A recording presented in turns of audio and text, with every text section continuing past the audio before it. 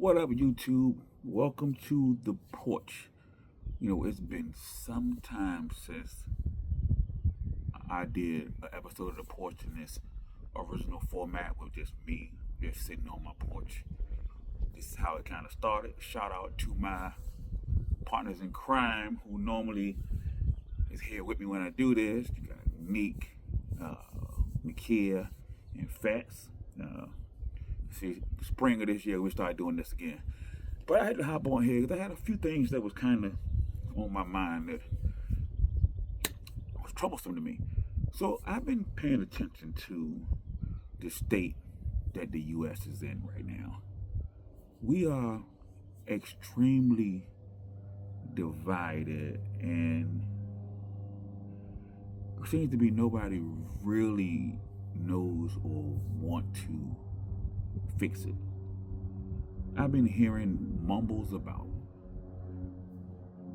race wars and all kinds of crazy stuff. Now, I never hear a black person talk about race wars. It's generally white people talking about race wars.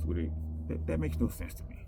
Like, am I gonna protect my home? Absolutely. Am I gonna go out to try to find someone and attack them because they don't look like me? No, that's insane. That's barbaric. And the way that things are going now, I don't believe there's going to be no race war, but there is a war on class that's being disguised as a war on, or a war of black versus white or white versus brown, when it's actually rich versus poor. And somehow the rich, first of all, they get away without paying taxes, but the rich has convinced the poor that their problems are caused by other poor people. And middle class just caught in the middle of it. So they say the rich don't pay taxes, the poor blame other poor, and the middle class just pay for everything. And it's confusing to me because you have all these buzzwords like last year's or over the last 4 years the buzzword was woke, and for some reason, I don't know how white people hijacked the word woke and made it mean anything black or brown or gay. When in reality, the word woke was pretty much just a saying like, to stay woke, keep your head on the swivel, pay attention to the things that's going on around you. Stay woke. That's all it meant, was to pay attention. But it was hijacked and turned into, go woke or go broke or whatever the hell people say. And now the new buzzword for black or brown or gay is DEI. I can honestly say, in the industry I work in the utility industry, I've never seen a black or brown person benefit from DEI in my industry. I just haven't. Now, I can tell you I've seen white men benefit from DEI. Like, here's an example. I was working with a manager, black guy. He had a bachelor's, double master's, and a doctorate in engineering. So the guy was very smart. African guy, very smart. And anytime there was a department that were having issues like that, they would put him in there. He would fix up the department, get everything back on track, and then they would move to the next one. Now, he continued to be a manager. Now, let's say this white guy came in, but honestly, we don't even know where he came from. And all we know is every time they put him in a department, first of all, they made him a director. So every department they put him in, it just left a trail of shit. Department's ruined. They move to the next one. Department is ruined. Now, this white man was made director, he had a horrible track record. And the most he had, and I could stand corrected on this, but I'm pretty sure the most he had was an associate's. Now, how was this white man more qualified to be a director than this black man? I can tell you why. Because he had friends high at the top of the food chain. That's how he became a director. So, in my opinion, that is the perfect example of a DEI hire. Another example. They always tell us when we start here that you want to become manager, we want you to get a couple of college degrees, work in these, get experience in these various departments, right? You might work, I'm not going to departments, there's various departments, you get different experiences and learn in different areas of the company. So this is what makes you a well-rounded manager. So, majority of all the black people I work with, they've all worked in different departments, different areas. They all have at least a bachelor's degree. Now, there was a promotion, and had a white guy who only worked it. Now, everybody we get reviews. Everybody got good reviews. Nobody was really doing bad. So everybody got good reviews and everything. So promotion time came around, and this white guy, he's never worked in any department except the one he was in, from start to finish. Never had anything more than a high school diploma. But when promotion time came around, he got promoted to the next level, to a department that he's never, ever worked in. Don't know anything about that. So, in my eyes, that is an example of a DEI hire.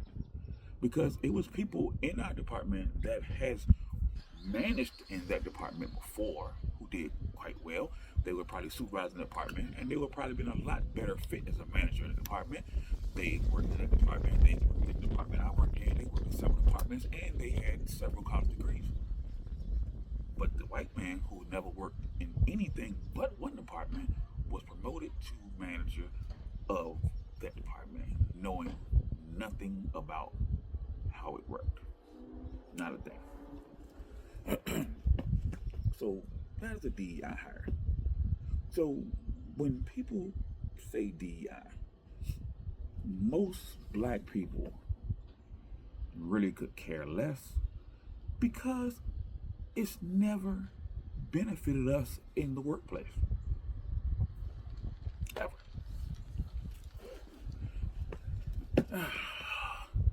Just had to get that 2 cents out in case people was wondering. So now, let's talk about what's happening in the U.S. right now. The U.S., first of all, is divided. You got Republicans hate Democrats, Democrats hate Republicans. Everybody is angry for no reason. Nobody gives a damn about their neighbor. Like, if your neighbor loses their job, nobody cares. Nobody cares. People on Twitter or X or whatever the fuck it is, when all these people from the federal government are losing their jobs, they're laughing. Go cry your liberal tears. But I don't think everybody that's being fired is not liberals. Everybody is being fired. Everybody. It's going to create a nation of desperate people. And it's going to touch all of us. Whether it be high unemployment, high inflation, lower property values, higher crime rates. We're all going to be affected by these firings. By all these people losing their job, it's going to affect all of us. And people may think it's funny now because it hasn't happened to anybody they know or that don't affect them personally. Now, just think if you owned your own company. Let's say you had a plumbing company or you had a general contractor company, okay? And people hire you to come do the work on their house. So generally, people in the middle class, you may have a few, people in the upper class, a house you may build on or build dishes on or build a deck or something. Now, if these people don't have jobs, they can't hire you for your services. So you're going to be affected by these layoffs the same way everybody else is being affected by it. It just haven't touched you yet. So we really need to start caring about other people. The state of where we're headed. So we have this crazy out here today. So we have this South African that got his hand up the asshole of America, and everything he's touching is given E. coli to because he didn't wash his hands. Like he took a shit in a public restaurant. Everything is going to shit. And the billionaires at the top don't give a damn because it don't affect them. They don't give a damn about the price of eggs. I keep hearing the price of eggs, the price of eggs, the price of eggs. They don't give a shit about the price of eggs because they don't buy eggs. Somebody wanted, they didn't know what the fuck, they didn't know what eggs cost in the first place. They didn't know. It don't affect them. And people are cheering it on. People are cheering on the fact that other people are losing their jobs. And I don't understand. People, it's your neighbors that's losing their job. It's your friends that's losing their job. It could be your parents who depends on Medicare and Medicaid who's losing their services. Who's going to take care of them? If your parents lose their Medicaid and all their benefits, what are you going to just let them sleep in the street, or are you going to take care of them? Generally, you take care of your parents if something happens. Some of y'all don't give a damn, but generally, people like myself, if that was to happen, I would find myself in a situation that I would have to take care of my parents. Because I'm not going to let my parents be in this fucking street.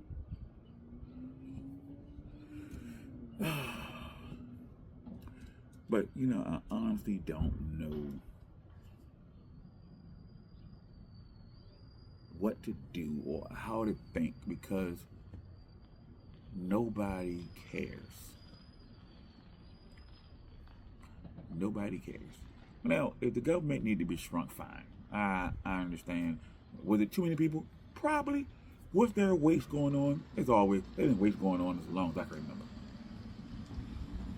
Could it been? Should something been done to address the waste in the government before now? Yes. But laying off thousands and thousands of people is definitely not the way to solve it. And in the same token, you have all these people that get unemployment. So is the government still paying them? Because I do believe unemployment benefits are paid through the state, I believe. So they're still going to be paid by the state. So you might as well just left them working until you can figure something out. There's been people who were considered probationary employees that has been working for the last 20 years. Let's just say you had a job in the government and you were an accountant in the Department of Defense. And then a new job came up, and you did it for 20 years. And then a new job came in State Department, and you decided, you know what, I don't want to try my hand in State Department. So once you took the State Department job, you are officially a probationary employee. So when that fireman came out, you got fired because you was a probationary employee, even though you've been a government employee for 20 years. They took someone's whole livelihood. After 20 years, you're getting ready to retire. You're working toward retirement. You don't have any plans to go nowhere else. So One day you're thinking about retirement, the next day, boom, you're unemployed, you lost your benefits, you lost your pension, you lost your retirement. That's pretty much go. That's what happens when you get fired. Where's the humor in that?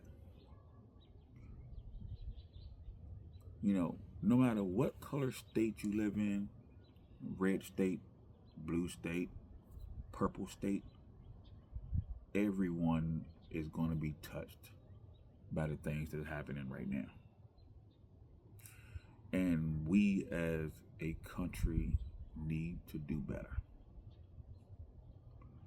And that's all I got to say. Thank you for joining in to this special episode of The Porch, because I'm alone.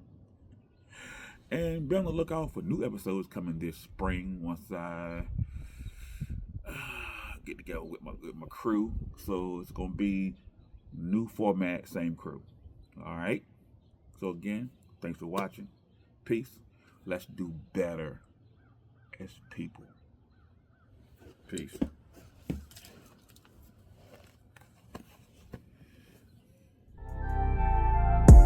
I done learned a lot, I gotta